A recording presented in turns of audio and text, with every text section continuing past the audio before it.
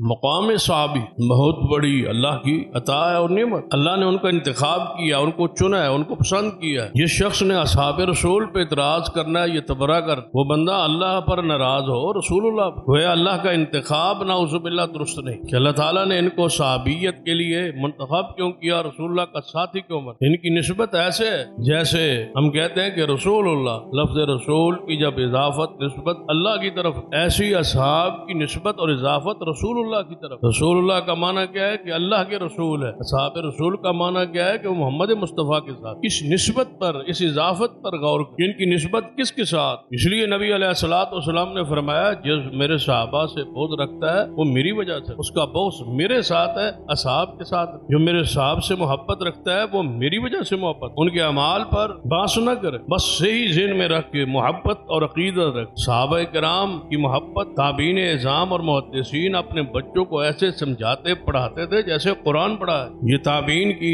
Self सालिहीन का तरीका है कि सहाबा किराम की तारीफ करें, तौसीफ करें, उनकी खिदमात का तज़किरा करें, उनसे मोहब्बत अकीदत का इज़हार।